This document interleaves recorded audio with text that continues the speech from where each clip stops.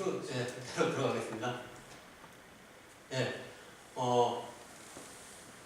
이렇게 7번에 걸쳐서 제 강의도 마무리할 수 있어서 좋고요. 또 마지막 주제로 이제 경제라는 분야에 대해서 한번 배워보도록 하겠습니다. 기독교와 경제와 무슨 상관이 있느냐 그런 생각을 할 수 있을 것 같은데 오늘 한번 그런 것들에 대해서 한번 제고할 수 있는 시간이 되었으면 좋겠습니다. 우리 생활에서도 엄청나게 이렇게 경제가 문제가 중요한데 교회에서는 이런 거를 잘 다루지 않는 것 같아서 한번 각성하는 한번 시간도 되었으면 좋겠습니다.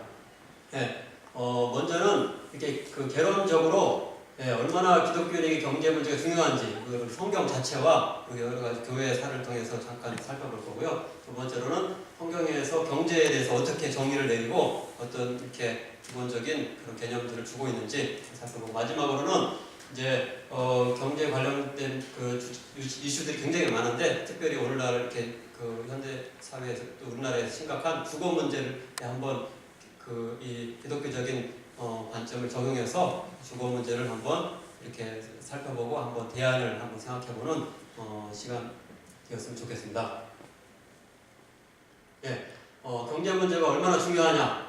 마태복음 19장 16절에서 22절 보면은 단적으로 이렇게 나타난다고 볼 수 있겠습니다. 같이 마태복음 19장 16절부터 22절을 같이 먼저 보도록 하면 좋겠습니다. 제가 읽어드리도록 하겠습니다.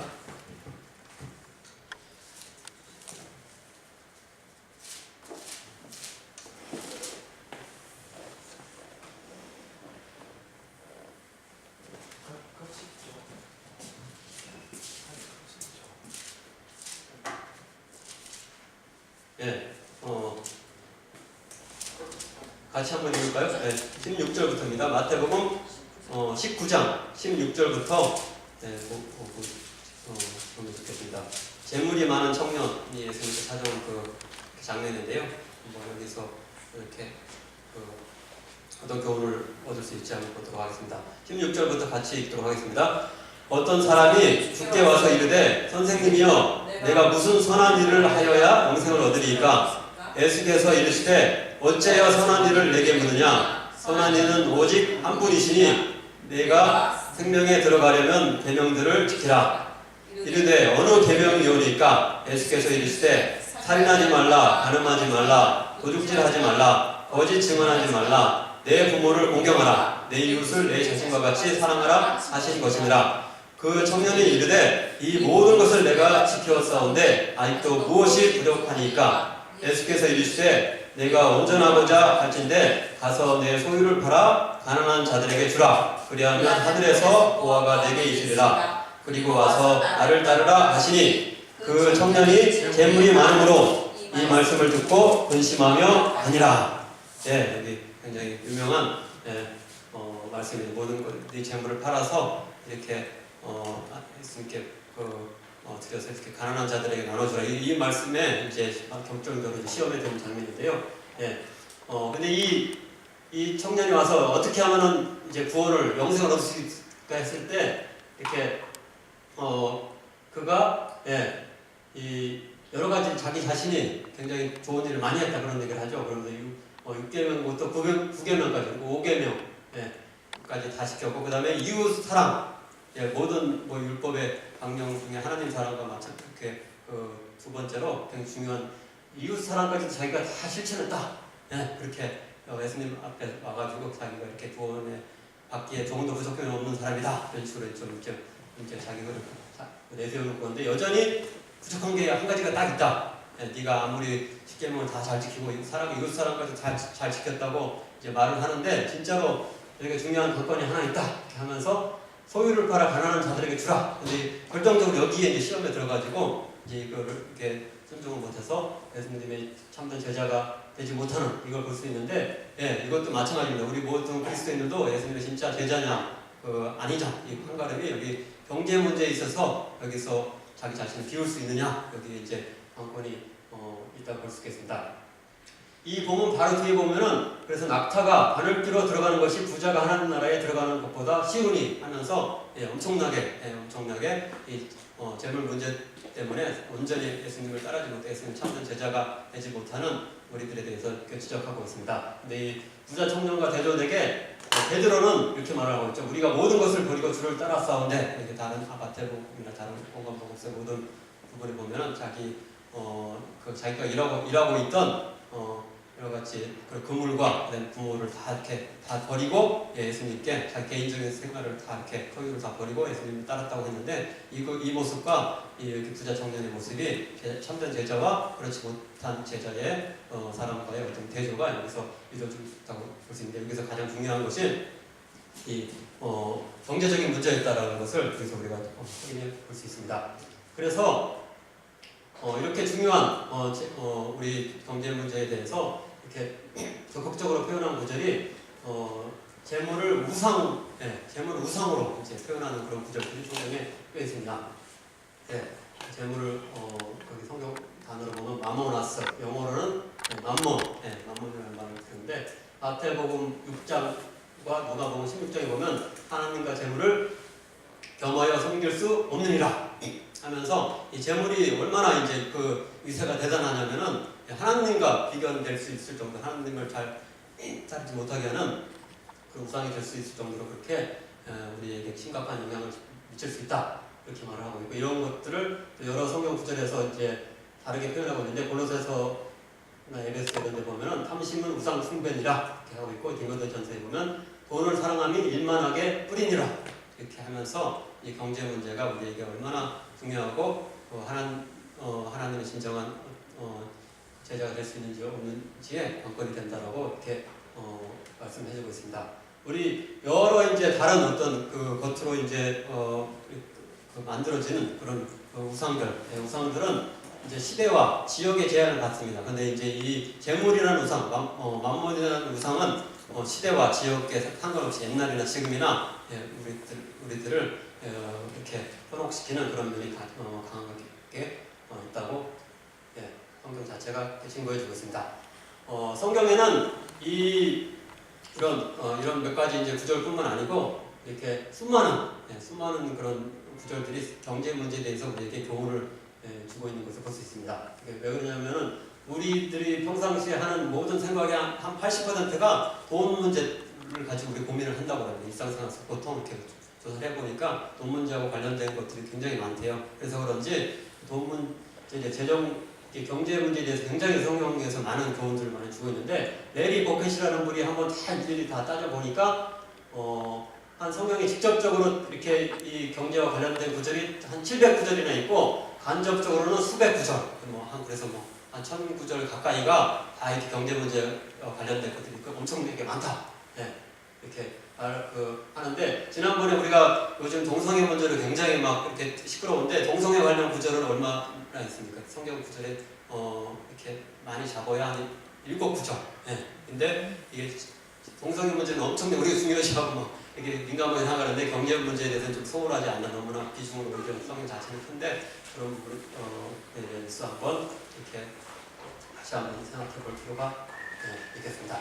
근데 어떻게 해서 이렇게 중요한 어떤 경제 문제가 우리 기독교인의 어떤 교회에서의 가르침에서 이렇게 많이 이제 이것들이 이제 사라졌게 됐는지, 그런 걸 역사를 좀 보면 좋을 것 같은데요. 원래 기독교 그 초기와 중세에는 이런 경제 문제에 대해서 굉장히 교회에서도 많이 다루고 중요시하는 걸 볼 수 있는데, 대표적인 분이 토마스 아퀴나스라는 분이 공정 가격을 주장하셨습니다.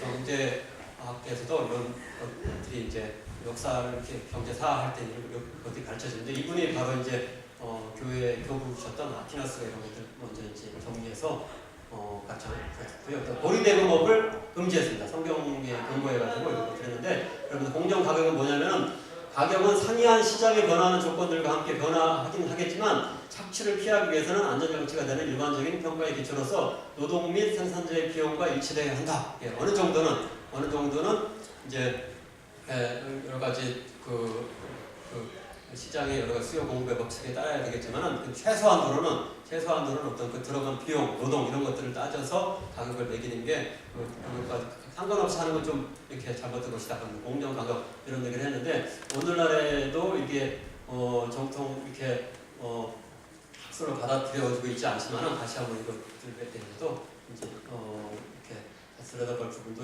없지 않다고 볼 수 있겠습니다. 이런 얘기를 하면서 이제 구체적으로 교회들이 어떤 실천을 했냐면 리용 종교회의에서 이런 것들을 어기는 것, 공정 가격, 고리대금업 이런 것들을 이제 어기는 사람들에 대해서 이제 처벌하는 그런 것들을 강하게 또 했는데 대부업자를 공권 상실자로 규정을 했고요. 어떤 개인이나 사회도 파문이나 성문 금지의 고통을 받으면서 고리대금업자들에게 집을 세주어서는 안 된다. 고리대금업 하는 사람들 엄청 이렇게 안 좋게 생각해서 집도 세주면 안 된다. 뭐 그런 교회법이 또 있었고 3개월 안에 추방해야 되고 그들이 배상을 할 때까지 고해, 면제, 기독교식 매장을 거부당하게 되고 그들의 유언은 무효가 된다. 이렇게 하면서 교회가 엄격하게 그런 것들에 대해서 실제적으로 막 이렇게 징계를 내렸던 그런 것이 있습니다. 비엔나 종교회에서는 고리를 허용하는 모든 통치자와 행정가는 판문을 당할 것이라고 선포하고 고리는 죄가 아니라고 완강하게 선언한 사람은 그 누구나 이단자로서 처벌해야 한다. 이렇게 할 정도 이단자라고 이렇게 생각할 정도로 고리대금 하는 것에 대해서 이렇게 부정적으로 이렇게 했던 것을 찾아볼 수가 있습니다. 근데 이제 토마스 아퀴나스는 고리대금업을 이렇게 아예 금지를 해버리니까 여러 상업 활동을 할 때 이제 그런 일정한 이자를 받고 이런 것들이 또 부가하게 또 그게 긍정적인 역할을 할 수 있는데 그런 것까지 막을 수 있는 폐해가 있는데 이런 것들에서 다시 한번 정교하게 이제 다듬은 분이 존 칼빈이라고 할 수 있는데 그분은 가난한 자를 위한 그 대부의 대부의 생계형 이자와 그다음에 자본가를 위한 대부의 상업상의 이자, 생계를 위해서 남을 도와주는 것 그런 데서는 이자를 안 받는 게 마땅하겠지만 상업적인 목적으로 누가 돈을 빌리려고 할 땐 부자들한테 빌려줄 때까지 꼭 이자 안 받는 되는 건 아니지 않느냐 이런 걸 구분을 해가지고 일정 한도 내에서 이제 상업형에서는 받을 수 있게 해주는 걸 통해서 어떤 상공업의 발달하게 할 수 있는 어떤 이제 문호를 이제 개방해주는 뒷받침을 해준 것들 해서 좀 아키나스하고 다르긴 다른데 그러나 여전히 어떤 경제적인 규범들이 굉장히 중요하다 그런 것들을 또 그런 것들을 책임을 교인들에게 요구하는 그런 것들이 있었는데 그래서 제네바에서 이제 목회할 때에 제네바의 평신도와 목사로 구성된 종교재판소가 가혹한 채권자들을 견책했다고 합니다. 그리고 고리대금업자, 매점자 그리고 독점자를 처벌하고 고객을 속이는 상인, 옷감의 길이를 조금이라도 짧게 만드는 직물업자, 무게가 모자라는 석탄을 공급하는 상인,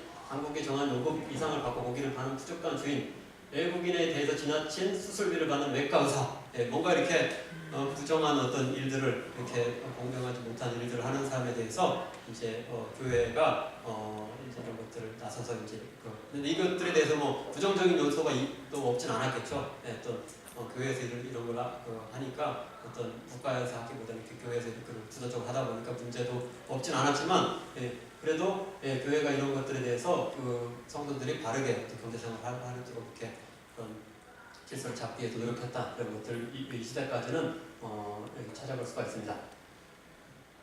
근데 이제 18세기 이후에 이런 전통이 좀 무너졌는데 칼빈의 아까 그런 어떤 그 한편으로는 좀 이렇게 상공업의 발전에 따라서 새롭게 이제 해석도 해주기도 하지만 여전히 이제 규율을 가지고 있었는데 그런 게 이제 청교도 17세기 이제 청교도 운동까지는 좀 그게 유지가 됐습니다. 그래서 존 녹스, 리처드 백스터까지는 이제 존속을 했지만은 상업 세계가 엄청나게 팽창하고 정치 산술이라고 불리게 된 경제학이 신학으로부터 이제 독립하게 됨에 따라서 이제 신학자들이 이제 다 이제 이 상업의 세계에는 다 이해도 못하고 그런 것들에 대해서 판단을 여기 이제 이렇게 좀 사라지게 되니까 이런 것들에 대해서 이제 멀리할 수밖에 없는 제대로 된 규율을 규범을 이제 제시하지 못하게 되는 그런 상황이 벌어져가지고 18세기 한 저술가는 이렇게 말했는데 교역과 종교는 별개다. 그리고 19세기 초에 한 정치가는 종교가 사생활에 간섭하려고 된다면 사태가 난처하게 되어버린 셈이다. 그리고 20세기 초에 한 정부관리는 교회가 공공 업무의 세속적인 권력과 정신의 외격 제역을 분리하는 루비콘강을 건넌다면 틀림없이 잇따라 나타날 파국에 대해서 또 이야기했습니다. 이게 맞는 말도 굉장히 있습니다.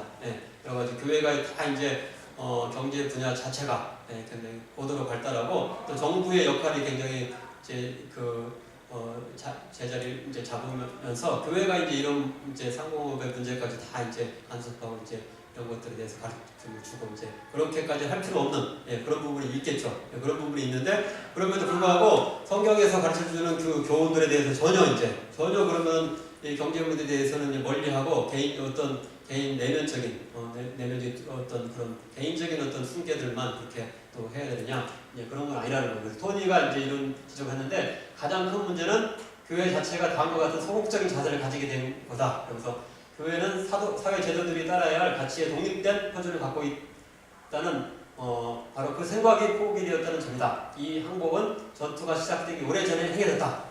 그 너무 상공이 발달하고 경제학이 복잡해지다 보니까 그런 것들 이해하려고도 이제 하지 않는다는 거죠. 포기하고 그런 것들에 대해서 생각해보지도 않고 그건 그냥 교회 생활하고 별로 이렇게 큰 상관은 없는 거다. 이제 이런 식으로 이제 교회 자체가 외부에서 압력도 있긴 있지만 교회 자체가 그런 포기하는 그런 부분이 더 강해서 오늘에 있어서 이제 경제에 대한 어떤 교훈들에 대해서 이제 굉장히 소극적이 된 그런 현상이 벌어지게 되었다고 볼 수 있겠습니다.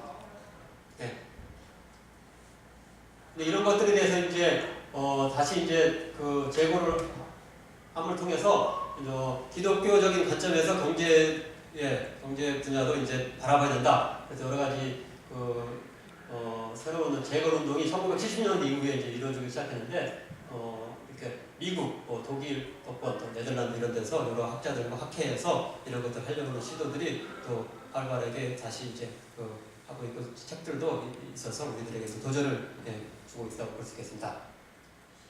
이런 거 다 한번 살펴볼 수는 없고요. 우리가 오늘 짧은 시간이지만은 이게 경제에 대한 정의부터 한번 성경에서 경제에 대해서 뭐라고 말하느냐 이제 보는 것도 우리에게 도움이 될 수 있을 것 같습니다. 경제 영어로 하면 이코노믹스인데 이게 어디서 나왔냐면은 헬라어 단어 오이코노미아, 오이코노미 굉장히 비슷하죠. 이렇게 헬라어를 영어로 음력해 놓은 거라 원래 영어 단어랑 거의 뭐 비슷한 앞에까지는 그 뒤에만 좀 다른데 이게 성경에 누가복음 16장에 굉장히 이게 집중적으로 많이 이 단어가 많이 쓰이고 있습니다. 근데 여기서 이제 뭘로 이제 번역되고 있냐면은 청지기 직무 이거를 오이코노미아 이걸 경제라고 이렇게 여기서 이제 그 영어로는 번역해 볼 수 있는데 이게 영어 자체 단어로는 스튜어드십 그다음에 매니지먼트 오브 하우스홀드 어떤 집안 살림의 어떤 관리 청지기직이 이제 그런 데서 이제 나와서 그런지 그런 단어라고 할 수 있고 또 청지기는 뭐냐? 청지기는 오이코노모스 오이코노모스 경제를 이제 살림을 감당하는 사람 이걸 이렇게 청지기 이렇게 하면서 이렇게 이런 경제에 대한 기본 개념이 이제 뭔가 이렇게 일반 경제학에서 말하는 그런 경제 개념하고 좀 이렇게 차별되는 그런 면이 살펴볼 수가 있는데 먼저는 이제 경제를 청지기 직이다 이렇게 말을 하는 거 봤을 때 이게 어떤 우리가 가진 모든 어떤 그런 소유에 대해서 우리가 가지고 있는 것들에 대한 그거를 이제 이렇게 우리가 처분하는 어떤 그런 통제 이런 거 하는 거는 궁극적으로는 우리 자신이 하는 게 아니고 하나님이시다. 그래서 하나님 앞에서의 어떤 책임의식 이런 것들을 청지기라는 그런 경제 개념이 이렇게 말해주고 있다고 볼 수 있고 또 이 오이코노모스 할 때 청지기라는 할 때 노모스라는 그 단어가 이제 헬라어인데 헬라어 영어로 하면 그게 규칙, 법 이런 뜻인데 그래서 어떤 경제라는 것은 일반적으로 그냥 자연 법칙과 비슷하게 수요 공급의 법칙에 의해서 이렇게 하는 거지 뭐 인간이 간섭하면 오히려 부작용이 일어난다 규범 같은 게 없고 스스로 작동한다 그런 면이 아니고 어떤 규범이 있다. 청지기가 또 해야 될 그런 이제 마땅해야 될 일이 있을 텐데 그런 규범을 강조하는 측면이 있다고 볼 수 있겠습니다. 특별히 동료에 대한 돌봄 이걸 누가복음 12장 42절에서 여기 참 슬기로운 이제 청지기가 이런 역할을 한다고 했는데 집 종들을 맡아 때를 따라 양식을 나눠 줄 자, 집안 살림을 이렇게 감당을 하면서 때에 딱 맞게 이렇게 또 필요한 만큼 사람들에게 적절한 것들 공급해주는 그런 역할들을 이제 청지기가 하는데 어떤 이런 것들 의무라는 거 이런 거를 소홀히 하면 이제 좋은 청지기가 되지 못하는 거죠.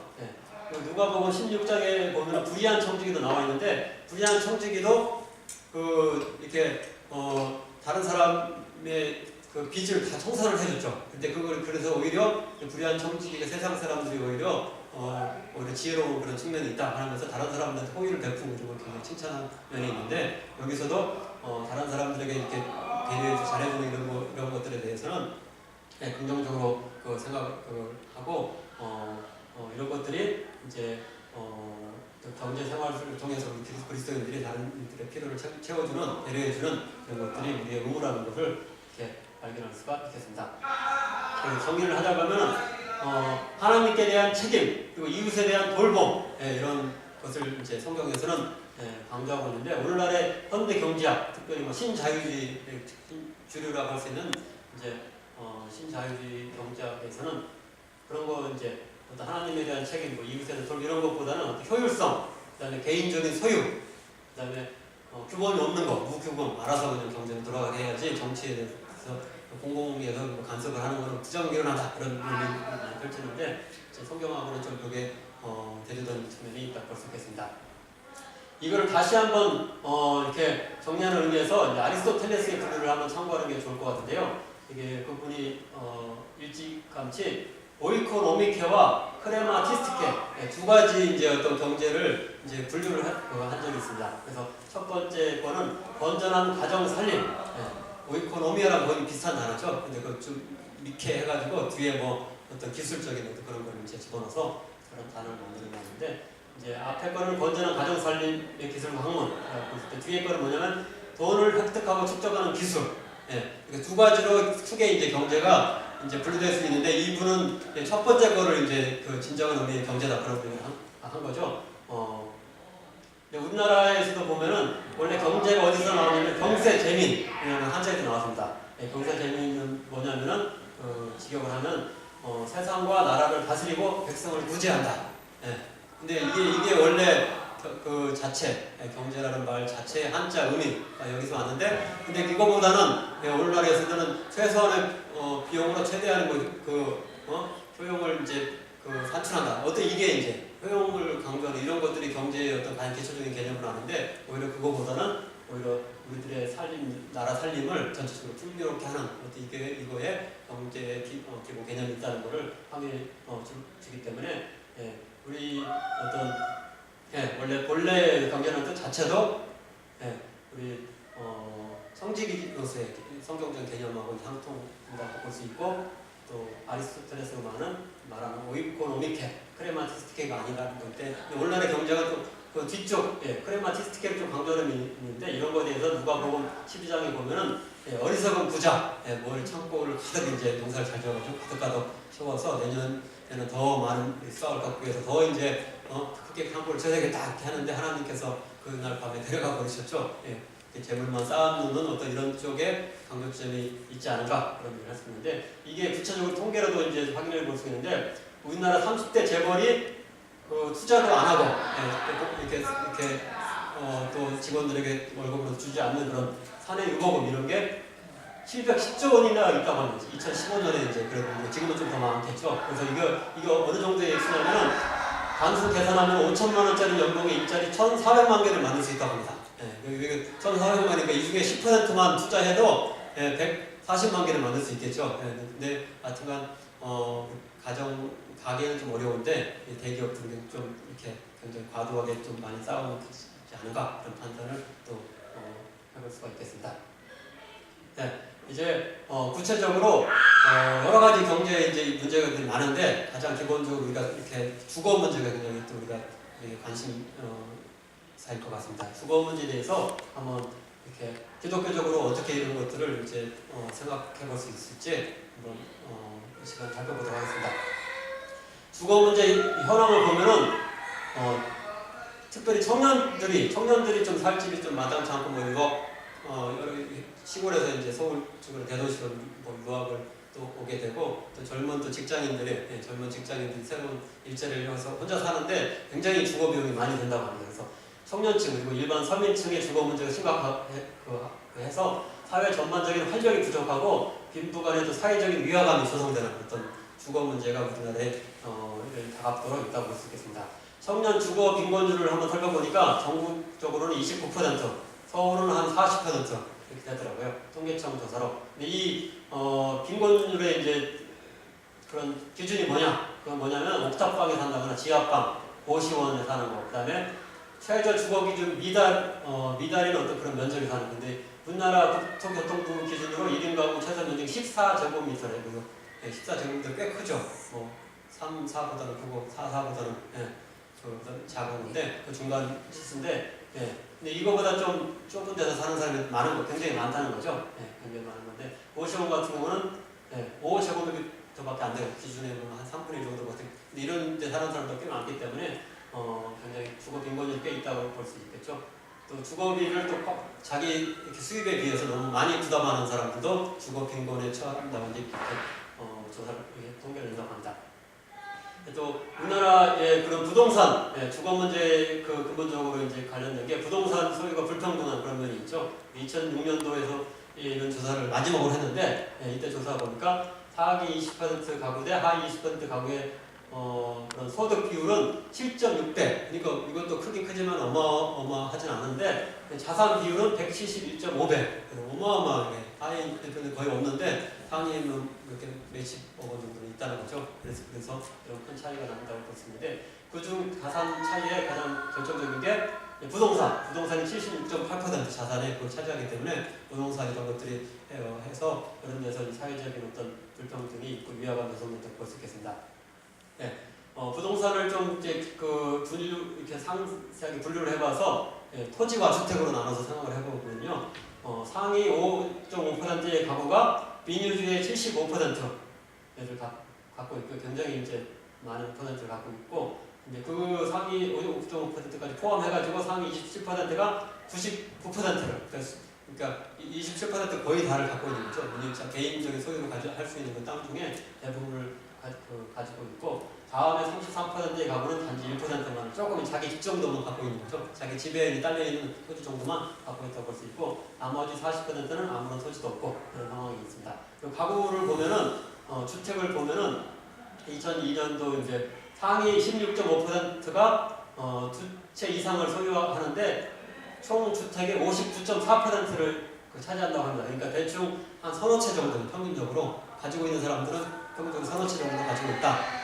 다 그렇지는 않아요. 두 채 가지고 있는데 어떤 사람은 뭐 몇십 채, 몇백 채 가지고 있는 사람도 가끔 있기 때문에 한 대충 이렇게 가지고 있는 반면에 한 하위 50% 정도는 주택이 없다. 근데 지금은 좀 좋아져가지고 2017년도를 걸 보니까 무주택자가 44%로 좀 많이 줄어드는 것도 사실입니다. 그리고 이제 근데 하나 또 그 부가에서 볼 거는 주택 보급률 이거 보니까 전국은 102.6% 그러니까 이미 집이 넘치도록 많다는 거죠. 근데 이렇게 소유가 이제 이렇게 불공평하기 때문에 없는 사람은 지금 여전히 집은 충분히 한 가구에 한 채씩 돌아가면 충분히 다 살 수 있는데 그걸 이렇게 분배가 잘 이루어지지 않아서 그런 면이 있다고 확인해 볼 수가 있겠습니다. 그래서 조물주보다 건물주가 됩니다. 이런 말이 굉장히 유행이 되었습니다. 이게 처음 좀 이렇게 그런 것들이 퍼뜨려지게 된 계기가 뭐냐면은 2016년 때 리우올림픽 첫 이렇게 메달리스트 유도 선수 정보경 선수가 자기가 중학교 때 꿈은 대통령이었대요. 근데 지금은 건물주다. 이거 그 국가대표 유도 선수 될 정도면은 그 운동 자체가 꿈이어야 되잖아요. 근데 그게 꿈이 아니고 그거 운동을 통해서 나는 건물주가 되고 싶은 게 꿈이다 할 정도로 이런 어떤 부동산을 가진 사람들 위세가 대단한 어떤 그런 영향력을 이렇게 주는 것을 볼 수 있습니다. 실제로도 이제 그게 통계적으로 입증이 되는데 2007년도부터 2014년까지 이렇게 통계를 보니까 평균 부동산 소득이 GDP의 30%를 넘는데요. 우리나라 1년 GDP가 1년 GDP가 예를 들어서 2,000조 원이다. 2,000조 원이다. 그러면은 한 600조 원 정도는 이렇게 부동산 쪽에서 그런 소득이 이제 발생한다 이렇게 볼 수 있는데 이제 부동산 관련된 것도 이렇게 아무것도 안 하는 건 아니죠. 집주인이라든가 토지 소유주들이 노력을 하긴 하지만은 그렇게 임금 소득자에 비해서 엄청나게 노동을 많이 하는 건 아니잖아요. 그래서 불로소득에 가깝다고 볼 수 있는데 그런 불로소득이 좀 많다고 이렇게 볼 수 있겠습니다. 구체적으로는 주택에서만 연평균 100조 원 정도의 매매 차익이 발생하고 주택 임대료가 100조 원, 그다음에 일반 건물 임대료가 80조 원 이런 식으로 해가지고 그런 부동산 관련된 어떤 그런 소득이 굉장히 큰 퍼센트를 차지하기 때문에 우리나라 전체적으로 수저 계급론 이런 게 있고 근로 의욕이 저하되는 일을 해도 별로 그렇게 그거보다 부동산 받는 게 오히려 더 이득이다 뭐 이런 생각들이 많이 퍼져 있는데 이게 실제로도 이제 입증이 됐습니다. 김남년 교수가 이런 조사를 했거든요.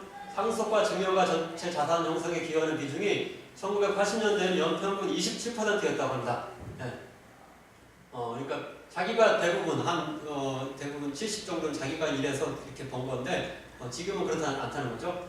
지금은 2000년대는 42%로 자기가 10개 가구고 있으면은 6개만 자기가 일하는 거고 4개는 이제 부모님이라든가 조상에게 물려받은 어떤 그런 거기 때문에 좀 스스로 일해서 뭔가 이렇게 일으켜보고 자기 가게를 일으켜보고 싶다 그런 것들이 좀 근로력이 적어질 수밖에 없는 그런 상황도 있다고 볼 수 있겠습니다.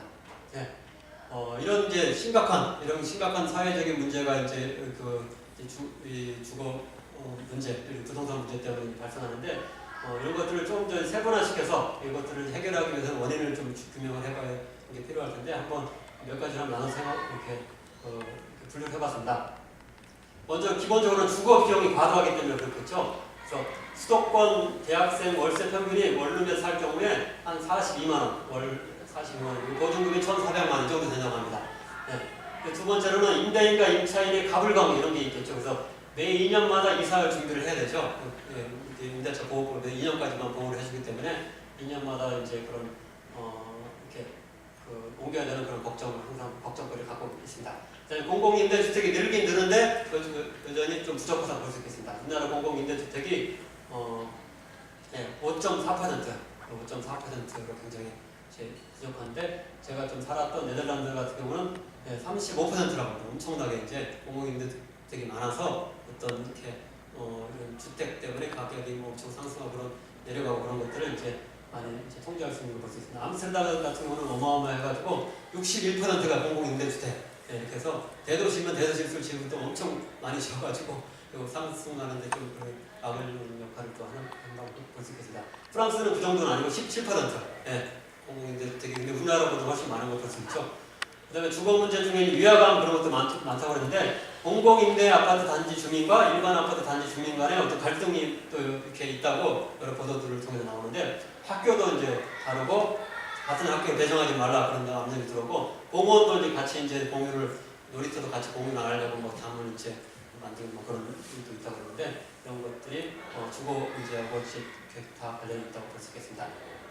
근데 이런 것들을 어떻게 이제 해결해내느냐 이거를 하기 위해서는 첫 번째 아까 주거비가 너무 비싸다 그랬는데 주거 보조금을 통해서 이제 그런 것들을 또 해결할 수 있겠죠. 우리나라도 주거 급여라 그래가지고 이제 그런 것들이 좀 극빈층에 대해서는 그런 게 좀 있긴 있는데 여전히 좀 부족한 면이 굉장히 있어서 많은 사람들이 자기 수입의 굉장히 많은 부분을 주거비에 이렇게 쓸 수밖에 없는 그런 측면이 있는 것 같습니다.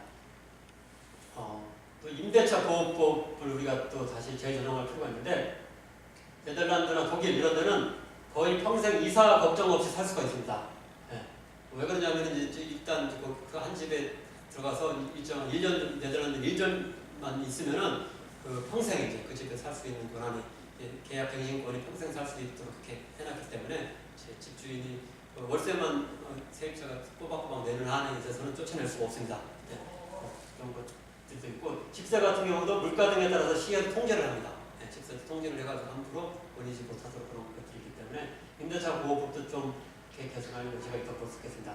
우리나라에서 그 계약 갱신권이 지금 2년밖에 이제 보장 안 하는데 이걸 6년으로 아니면 9년으로 늘리자. 왜 그러냐면은 애들 그 초등학교만 졸업하려면 6년 걸리잖아요. 6년 걸리는데 자꾸 이전만 이사 가려면 그제 애들 주거가 불안하면은 학습하는 것도 지장이 생기기 때문에 6년 최소한 6년을 하자. 아니면은 그걸 좀 늘려서 중학교까지 다니면 9년 정도는 보장하자. 이런 것들이 계속해서 법은 만들어지고 있는데 그게 통과가 못 되고 있습니다.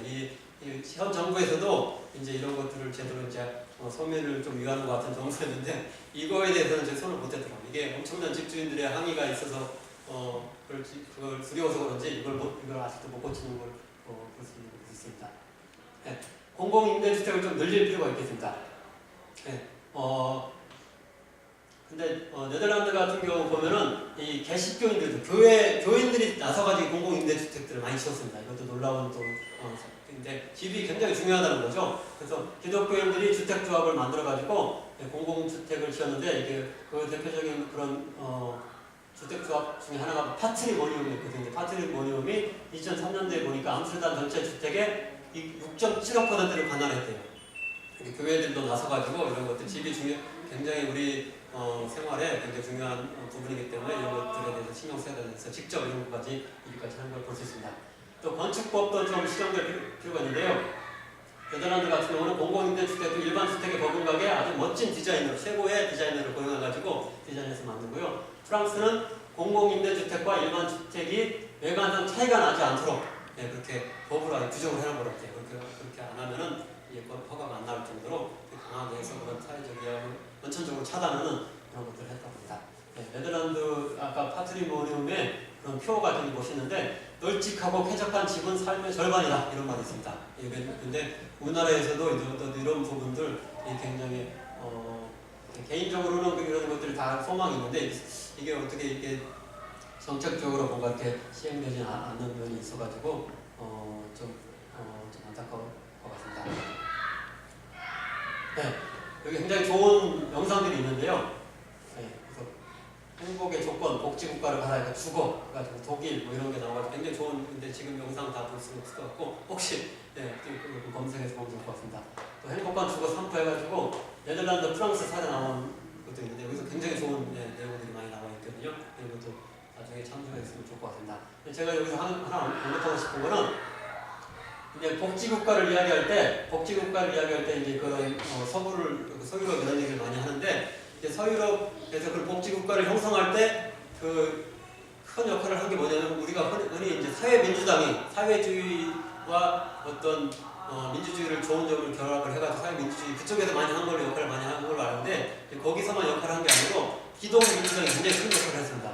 통계로 그게 증명이 되는데 그게 제 2차 세계대전 1945년부터 이제 1970년대까지 중반까지 그런 사회복지가 점점 이제 확대되고 그게 그게 형성이 됐는데 그때 이제 예를 들어서 기독민주당이 강한 기독민주당이 여당이 되거나 아니면은 연정에 참여한 그런 나라에서 복지 예산이 굉장히 많은 퍼센트를 볼 수 있는 1960년대를 예를 들자면은 복지 예산이 가장 여기 통계에서 가장 순위별로 했을 때 가장 큰 나라 1, 2, 5위와 7위가 모두 기독민주당 우위 국가가 차지를 했습니다. 그래서 오스트리아, 독일, 벨기에, 프랑스, 이탈리아, 네덜란드 이 중에서 독일, 네덜란드, 벨기에는 지금도 기독민주당이 굉장히 큰 역할을 하죠. 독일 같은 경우는 기독민주당이 지금 여당이기도 하고 뭐 또 몇 년 전까지 네덜란드도 여당을 했습니다. 기독민주당이 할 정도로 기독민주당이 집권을 할 때 이런 복지가 이제 많이 이제 확충되는데 이걸 봤을 때 기독교적인 정신이 있었기 때문에 이런 것들 세금을 자발적으로 많이 내야지 그게 유지가 될 수 있는데 그 기독교인들이 그게 적극적으로 호응을 했기 때문에 복지국가 형성될 수 있었는데 이런 측면 주거의 문제에서 이제 우리 기독교인들이 좀 신경을 써야 되지 않을까 이런 의미에서 해봅니다. 여기까지 좀 이제 실제적인 걸 살펴봤고 이제 우리 좀 이론적인 이런 무조건 이제 이런 공공임대주택을 지어서 많이 하는 것도 이렇게 많은 선배들에게 이것도 좋잖아요. 근데 그게 실제적으로 들어가면 자기 희생이 필요하잖아요. 여러 가지 희생이 필요하고 이렇게 우리가 배려해 주는 거를 실제적인 걸 필요한데 이런 거 실제적인 걸 행동으로 옮기려면 우리가 이제 바른 생각을 이제 온전한 어떤 기독교적인 경제관념을 가지는 게 필요할 것 같은데 그 중에 필요한 게 부동산 공개념 이런 게 필요해요. 우리가 부동산은 그냥 사유재산이지 않느냐 내 마음대로 하고 내 마음대로 쫓아내든 내 마음대로 올리든 그게 뭔 상관이냐 이렇게 생각할 수 있는데 기독교인들은 그렇지 않아야 된다는 거죠. 그런 것들을 한번 성경 말씀에 근거해서 한번 살펴보도록 하겠습니다. 특별히 희년법 제25장에 희년법을 근거로 해가지고 부동산이 어떤 공공재적인 측면을 가지고 있다 이런 것들을 한번 고찰해 보도록 하겠습니다. 근데 우리나라 민법에 보면 그렇지가 않습니다. 사유재산권 절대주의를 오히려 지지를 합니다. 소유자는 그 소유에 속한 물건을 점유한 자에 대하여 반환을 청구할 수 있다. 그러나 점유자가 그 물건을 점유할 권리가 있는 때에는 반환을 거부할 수 있다. 그래서 특별한 예외가 아니면은 특별한 어떤 임대차 보호법에 의해서 그렇게 보호받지 못하는 그 한계를 넘어서면 이제 소유자가 우선권이 있다는 거죠. 그래서 거기서 점유하고 있는 사람이 거기서 살면서 주거의 풍원을 누리고 직업상의 어떤 자유를 누리고 인격권을 가지고 가족을 보호하고 어떤 이런 것들 그 집을 살면서 했는데 그것도 다 무용지물이 된다면 2년인 지금으로 따지면 2년이 지나면은 다 무용지물이 되고 소유자가 이제 우선이 되기 때문에 그 소유자 마음대로 이제 계약을 갱신해도 되고 안 해도 되고 그런 상황이 있다고 볼 수 있겠습니다. 그리고 우리나라 같은 경우는 생계권과 주거권보다는 소유권이 우선시되는 그런 면이 측면이 강하게 있다고 볼 수 있겠습니다. 이걸 조금 더 이제 풀어서 이제 이야기하고 싶은데요. 헌법에 보면은 소유권과 생계권, 주거권이 동시에 나오는 걸 볼 수 있습니다. 헌법 23조 1항에 보면 모든 국민의 재산권은 보장된다. 그 내용과 한계는 법률로 정한다. 34조에 보면 모든 국민은 인간다운 생활을 할 권리를 가진다. 이거는 좀 소유권보다는 좀 뭔가 생계권, 주거권 이런 것을 강조하고 있다고 볼 수 있죠. 35조에 보면 국가는 주택개발 정책 등을 통하여 모든 국민이 쾌적한 주거생활을 할 수 있도록 노력하는 이것도 좀 주거권 쪽에 좀 갖고 같고 122조는 국가는 국제 효율적이고 균형 있는 이용 개발을 위해 법률 정하는 바에 의해 제한과 의무를 과할 수 있다. 이것도 뭔가 소유권에 대해서 약간 토지의 소유권에 대해서 특별히 제한을 공공의 제한을 갈 수 있게 하는데 이렇게 헌법에 보면은 소유권과 이런 어떤 주거권, 생계권이 같이 이제 같이 이제 정치적에 이렇게 나타나고 있는 걸 볼 수 있는데 현실적으로는 그렇지 않습니다. 현실적으로는 앞에 어떤 구체적으로 법을 실행할 때 민법 이런 것들이 구체적인 헌법은 좀 상징적인 거고 구체적으로 나오는 그것이 중요하기 때문에 앞에 민법에 따라서 소유권이 우선시 됩니다. 따라서 주택 임차인은 매 2년마다 이사를 가구해야 되고 상가 임차인은 매 5년마다 옮길 각오를 해야 됩니다. 근데 최근에 다행히 이거는 좀 개선이 됐죠. 2018년 10월 16일부터 10년마다 지금부터 계약을 하는 사람들은 이제 앞으로 이제 10년 동안 계약 갱신할 수 있는 그런 권한을 가지게 되고 이건 굉장히 좋아졌다고 볼 수 있는데 이제 집은 아직도 주택은 아직도 2년에 머물러 있습니다. 그래서 이 부분도 좀 이렇게 확대될 필요가 있지 않느냐 이런 데 기독교인들이 좀 힘을 실어줄 필요가 있지 않느냐 그런 이야기를 한번 해보고 싶습니다. 그래서 이제 이 소유권의 이제 그 기초가 되는 어떤 생각, 그 다음에 주거권을 할 수 있는 그런 공개는 이걸 좀 대조적으로 한번 여기서 좀 살펴보고 싶은데요. 우리나라의 어떤 소유권, 재산권의 개념을 이제 형성시키는데 가장 큰 영향을 미친 사람이 존 로크라고 볼 수 있겠습니다. 이 사람의 생각이 일본을 통해서 우리나라에 이제 재산권 영향을 미치게 됐는데요. 이렇게까지 재산권을 이제 중요하다 이렇게 강조를 했습니다. 완력의 사용 이외에는 아무런 상해도 입히지 않고 목숨을 노리는 어떠한 의도도 표명하지 않은 도둑을 죽이는 것이 합법적이다. 그에게서 돈이나 원하는 무엇이든 빼앗는 일과 같이 그를 재량대로 하는 일 역시 합법적이다. 이거는 소유권을 침범하는 자에 있어서는 이렇게 죽여도 된다는 거죠. 죽여도 된다고 할 정도로 소유권을 강조하는 절대적인 어떤 권한을 지금은 그 정도는 아니죠. 도둑이라 할지라도 함부로 죽이면 그 사람으로 처벌받긴 맞는데 이 정도로 강조한 그런 측면이 있다고 볼 수 있겠습니다. 이 사람은 소유권을 어디에 근거해서 이제 소유권을 이제 이야기하냐면 노동에 근거해서 그런 얘기를 했습니다. 그거 맞는 말이 있죠. 맞는 측면이 있죠. 그 붉은 글씨만 보면은 자연이 제공하고 남긴 상태에서 추출한 것을 자신의 노동과 결합하여 자신의 것을 덧붙이며 결국 그것을 자신의 소유물로 만든다.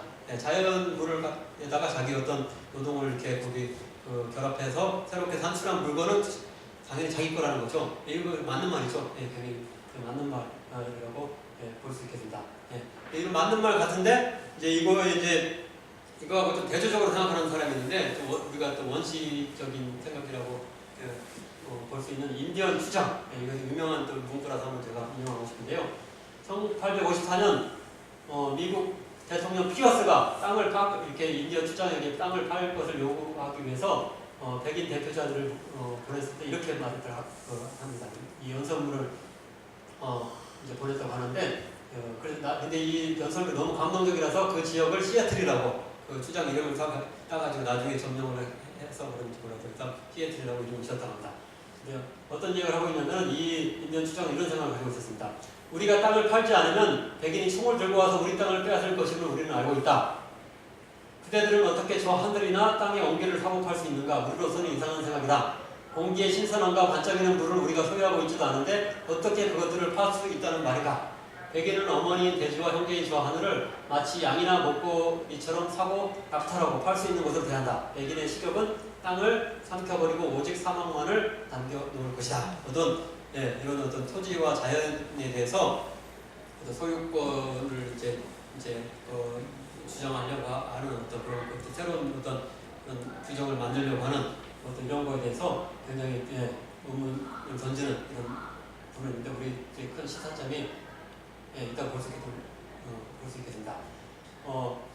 앞에 존 로크의 생각을 이제 좋은 부분은 긍정적이고 이렇게 옳은 타당한 부분을 받아들이면서도 그걸 약간 정교하게 이렇게 그것을 개선한 분이 있는데 그게 아주 유명한 헨리 조지라는 분인데 이분이 토지에 대해서 공개념을 이렇게 주장했다고 우리가 많이 이제 알고 있는데 이분의 생각을 한번 들여다보는 게 굉장히 도움이 될 것 같습니다.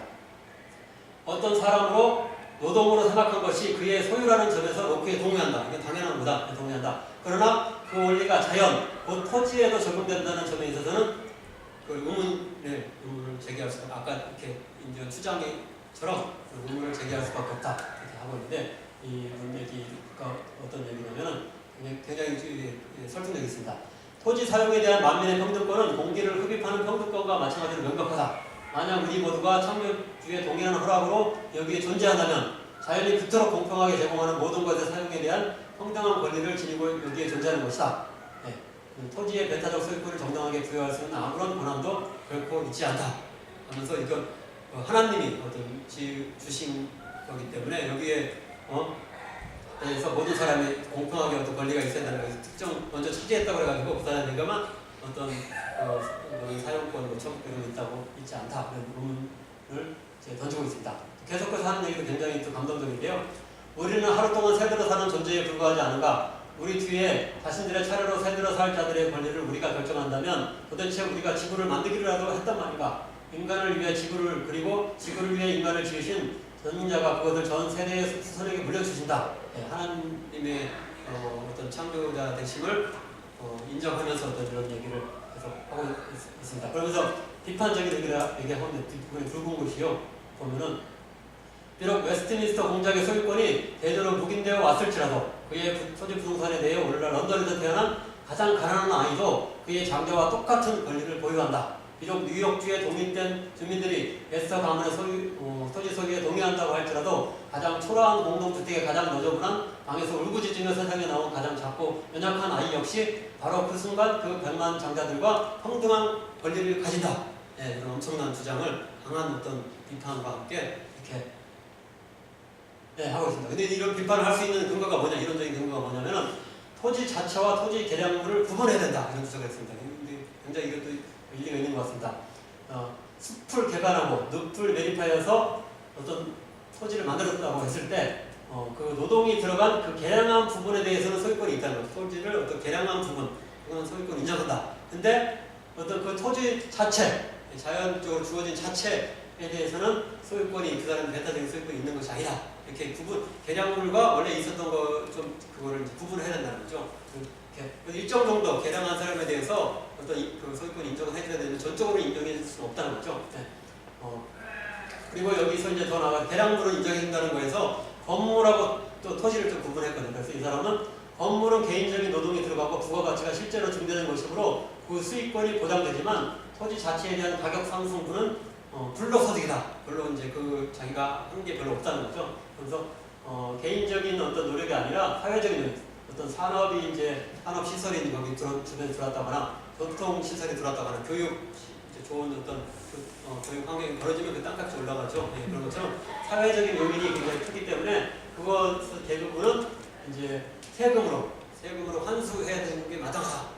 그러면서 이제 토지 단위 다른 세금 거둘 필요 없고 이것만 걷어도 뭐 재능이 풍부하다 할 정도로 굉장히 이런 것을 강조했는데 이런 부분은 건물에 대해서 그런 얘기를 안 해줍니다. 건물에 대해서는 그렇게 소유권 전적으로 인정하고 이렇게 어떤 이권도 이제 보장을 한 다음에 토지에 대해서는 그렇게 엄격하게 했는데 이게 우리들의 기본 상식, 인간으로서 어떤 직관에 의해서도 맞는 얘기죠. 직관에 맞는 부분이 있는데 이런 것들이 너무 과도하게 토지에 대해서 자연이 그들 준 건데 별로 한 것도 없는데도 그걸 사회적으로 법으로 많이 인정을 해가지고 과도한 권리를 누리는 부분이 있는 게 분명한 것 같습니다. 우리나라에서 이런 거에 대해 세금을 거는 게 굉장히 미미한 부분인데 1980년대 토지 가격 상승분에 대해서 실제 과세율을 보니까 1% 미만, 엄청나게 그 가격이 상승했는데 세금 걷어들이는 건 고작 1%도 안 되는 걸로 볼 수 있고요. 또 부동산 현재 보유세, 실소유세율이 0.16%라고 합니다. 0.16%니까 굉장히 이게 국제적으로 좀 낮다고 보이는데 독일, 영국, 일본, 캐나다, 프랑스 등 OECD 13개국 평균은 0.33%라고 합니다.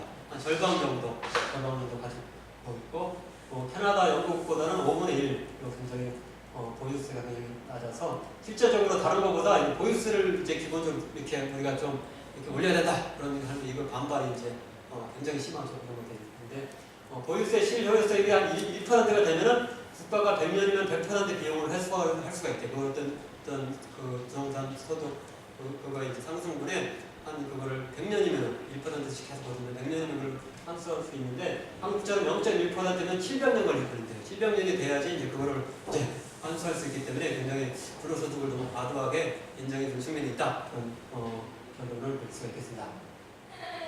네.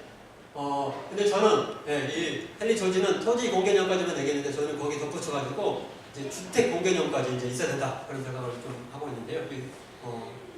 신현법에 근거해서 그런 생각을 하고 있는데 토지뿐만 아니고 주택은 우리의 생활의 또 하나의 필수 요소이며 그 공급이 비록 토지보다는 덜하지만 역시 비탄력적이라는 거죠. 갑자기 뭐 그 집을 일반 어떤 물건 만드는데 그렇게 막 집을 만들 수 없는 일반 토지가 있어야 되는 만드는 한계성이 있다는 거죠. 주택 문제는 심지어 토지 문제보다 더 시급하고 절박하다. 따라서 공개념은 토지뿐만 아니고 주택에도 적용할 필요가 있다. 적용될 필요가 있다. 그래서 서구에서처럼 이 주택, 공공주택을 많이 이제 국가에서 만들어서 주는 것처럼 공공재적인 그런 측면이 있어야 된다는 거죠. 그런 것들을 강조하고 싶은데요. 이걸 성경에서 한번 이런 것들 근거를 찾아봤습니다. 성경 레위기 25장 희년법에 근거해서 생각을 해봤는데 여기 보면 토지뿐만 아니고 주택에 대한 어떤 공개념 이런 것들이 나오고 있습니다. 레위기 25장 29절 34절에 보면 성벽 있는 성 내의 주택을 제외하고 주택은 일반적으로 사유재산으로 여겨지지가 않습니다. 그래서 성벽이 없는 그 촌락의 주택은 언제든 성량될 수 있으며 토지와 마찬가지로 희년 50년에 한 번씩 희년이 들어간다고 하는데 50년에 한 번씩 원 소유자에게 돌려주는 어떤 그런 토지만 50년에 한 번씩 돌려주는 게 아니고 주택도 성읍 안에 있는 어떤 그런 주택 제외하고 그 당시에는 대부분이 성 안에서 사는 성 밖에서 농사를 지으면서 이렇게 살아서 성 밖의 주택이 또 이렇게 중요하다고 볼 수 있는데 대부분의 주택도 이제 중시를 해서 원 소유주에게 돌려주도록 이렇게 시행법에서 규정하고 있다고 볼 수 있겠습니다. 또 성읍의 주택, 성읍 안에 있는 어떤 상업적인 목적의 좀 주택이라고 볼 수 있다고 볼 수 있겠는데 이런 주택은 1년까지는 성령될 수 있고 이것도 이렇게 완전히 이제 어떤 매매 대상이 아니고 여기 성령된다는 건 뭐냐면은 돈을 주고 팔았지만 1년 내에는 그걸 내가 언제든지 다시 살 수 있다는 그런 권리를 우리나라에 좀 계약하고 계약 개념하고 좀 다른데 어떤 자기가 원래 가지고 있던 주택이라든가 토지에 대해서 다시 이제 다시 되찾을 수 있는 권한이 굉장히 많이 이제 보장되었다고 볼 수 있겠습니다. 희년법에 대해서 조금 더 이제 먼저 살펴봐야 될 것 같은데 레위기서 25장 여기 보면은 토지를 영구히 팔지 말 것은 토지는 다 내 것입니다. 아까 청지기로서의 어떤 우리의 인간들의 어떤 모습하고 이렇게 여기서 맞닿아 있는 생각을 볼 수 있겠습니다.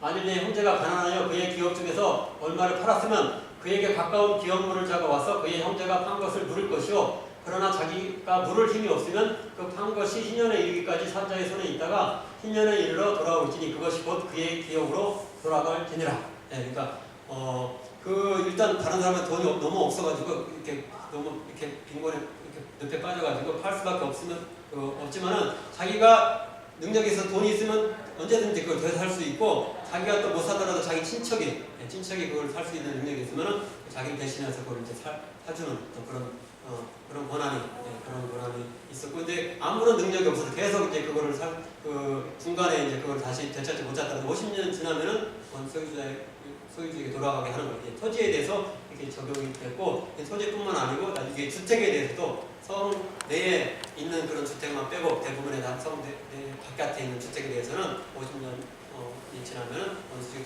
되돌려지는 어떤 주택을 우리가 주거가 굉장히 중요하다 이런 것들을 이제 여기서도 이미 성경에서도 여기서 강조하고 있다고 볼 수 있겠습니다. 이런 오늘날의 어떤 그 시장 경제하고 약간 다른 그 생각들이 왜 있느냐? 왜 그러냐면 당시 이스라엘에서는 토지가 구성원의 다수에 따라 집합별 그리고 친족별로 가족들에게 골고루 분배되었다고 합니다. 이것들이 민수기서 26장, 여호수아 13, 21장에 보면 이런 것들이 나와 있어요. 공평하게 이제 대체적으로 이제 공평하게 분배된 된 것으로 이제 표현되어 있습니다.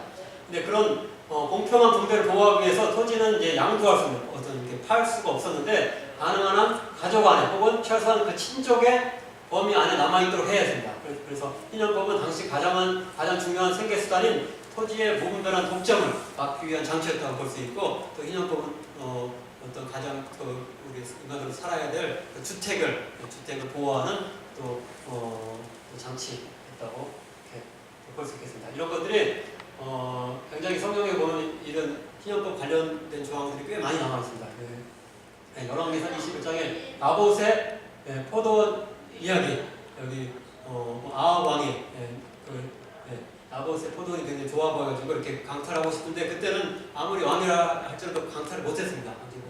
다른 거짓 어떤 증인들을 불러가지고 이제 법적으로 이렇게 그걸 하긴 했지만은 이제 왕도 함부로 다른 사람의 토지에 침범하지 못할 정도로 토지가 굉장히 중요시 여겨졌다 볼 수 있고, 많은 구절에서 이웃의 토지 경계석을 옮기지 마라 이런 것들이 많이 나옵니다. 신명기서 보면은 내 하나님 여호와께서 내게 주어 소유하게 하시는 땅에서 내가 받은 유산에서 조상이 세운 내 이웃의 경계석을 옮기지 말지니라. 이렇게 서로 이제 토지의 소유권을 이렇게 구분해놓은 그 경계석을 옮겨가지고 다른 사람의 것을 빼앗아 욕심내지 마라 그런 얘기겠죠.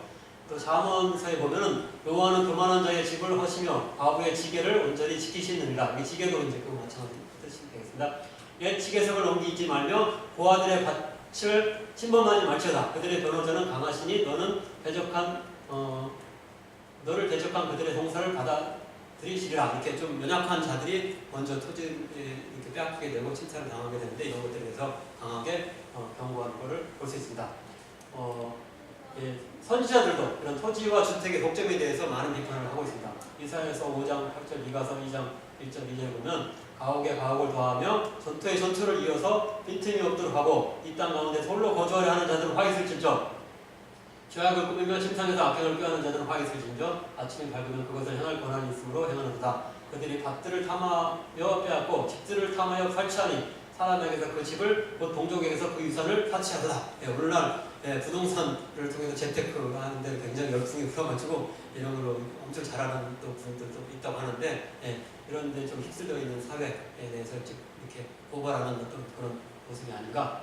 이런 것보다는 모든 사람들이 각 가정마다 이제 평온한 주거의 어떤 그런 불안함 없이 그런 안심하면서 이렇게 살 수 있는 그런데 이제 기독교인들이 해야지 내 투자 잘해가지고 더 이제 부를 이제 축적하고 이런 것들이 자랑이 되어서는 안 돼, 최소한 자랑이 되어서는 안 되는 어떤 우리 교회 분위기가 됐으면 좋을 것 같습니다. 근데 이런 희년법에 대해서 이게 무슨 오늘날에 적용되는 법이 아니다. 은혜의 시대인데 무슨 율법이 중요하냐 이렇게 하는 그런 생각을 가지고 이런 것들에 대해서 부정적으로 생각하는 사람들도 있는데 우리들의 최고의 또 선생님 중에 한 분이라고 할 수 있는 장 팔미는 이런 말씀을 하셨습니다.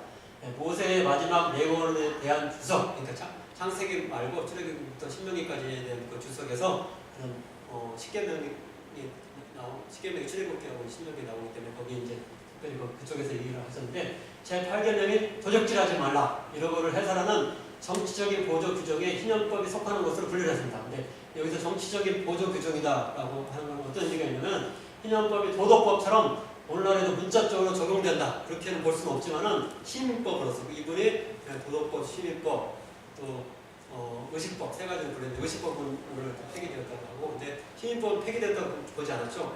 이게 오늘날에도 그 정신을 오늘날에도 그 시민법의 그 정신을 살려서 그걸 이제 우리가 오늘날에도 그걸 준수해야 된다고. 근데 그 정신을 저는 만인의 생계권, 거주권 이거를 이제 보호하려는 하나님의 의도가 이렇게 인연과 담겨 있다 이런 것들을 우리가 폐기하지 말고 오늘도 우리가 이것들 존중하고 지키려고 노력해야 된다 그런 얘기를 할 수 있겠습니다. 그래서 부동산 공개념을 다시 한번 정리를 해보면은 부동산의 개인적인 소유권을 보장하면서도 우리 시장 경제에 따라서 개인적인 소유권을 보장하면서도 그 사용권 그리고 처분권 그리고 수익권은 사회적으로 규제를 이제 해야 된다는 거죠. 지금도 어느 일정 정도는 규제를 하죠. 이제 한데 좀 더 이제 적절한 규제가 있어야지 좀 더 이렇게 보는 사람들이 안심하고 어떤 사람들이 자기 생계를 걱정 좀 덜하고 이제 이사갈 걱정을 덜하면서 할 수 있다라고 볼 수 있겠습니다. 이런 주거 문제뿐만 아니라 여러 가지 건드려야 될 부분들이 많은데 우리 참 이런 부분들에 대해서도 이렇게 우리 무관한 것이 기독교와 무당한 신앙생활과 관련이 없다 이렇게 생각하지 말고 성경의 수많은 구절들에 대해서 다시 한번 우리가 이렇게 고찰하면서 오늘날에 우리가 우리의 삶을 하나님 예수 그리스도 안에서 정말로 예수 그리스도의 샬롬이 우리에게 임할 수 있는 그런 우리 생활과 어떤 사회가 되기 위해서 그것들을 다시금 재고찰하는 부분들이 또 필요하지 않을까 생각하면서 마치겠습니다. 감사합니다.